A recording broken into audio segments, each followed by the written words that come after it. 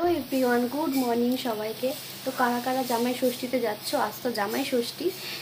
তো আমি তো এখানে অলরেডি আছি, আর তোমরা দাদা ভাইয়ের আর্জেন্ট কাজ পড়ে গেছে, সেই কারণে ও একটু কাজে গেছে, তো চলে আসবে দুপুরের মধ্যে।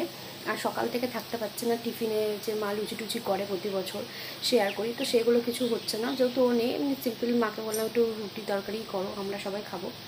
আর ও আসলে তো তারপর সেই তোড়জোড়গুলো হবে, মানে যা মেনু করে আর কি। তো কিছুদিন আগেই তো বাড়িতে অনেক গেস্ট এসেছিলো, সেই ভিডিও অবশ্যই তোমরা পাবে। তো চলো আজকে সারাদিন কী কী করি সেগুলো দেখতে থাকো। তো তারপরে দেখো টিফিনে মা করেছিল আলুর তরকারি, রুটি, আর এখানে আম। যেহেতু তোমাদের দাদা ভাই নেই, ফার্স্টেই বললাম আর ছেলে আলুর তরকারি খায় না, সেই জন্য ওর জন্য বেগুন ভাজা করে দেওয়া হয়েছিল। আর এখানে দেখো বাপি বিরিয়ানিটাকে বেশ সাজিয়ে ফেলেছে, অলরেডি পুরো কমপ্লিট। এখন তো পুরো সার্ভ করা হয়েও গেছে, এই যে দেখাচ্ছে মাটন বিরিয়ানি, দারুণ হয়েছিল খেতে। আর এখানে ছিল স্যালাড। তারপরে তোমার দাদাভাই এসেছিলো অনেকটা দেরি করে, মানে 2-2:30 দিকে দুপুরে। তো তারপরে মা আর এবারে আশীর্বাদ কিছুই করতে পারিনি, তো একবারে ডিরেক্ট খাওয়া দাওয়াতে শুরু করে ফেলেছি, কারণ ওর খিদেও পেয়ে গেছিলো। তো খাওয়া দাওয়া করে এখানে আমরা সবাই কোল্ড ড্রিঙ্কস খাচ্ছি। তো জামাই ষষ্ঠীটা এইভাবেই কাটিলাম, আর তোমাদের সাথে শেয়ার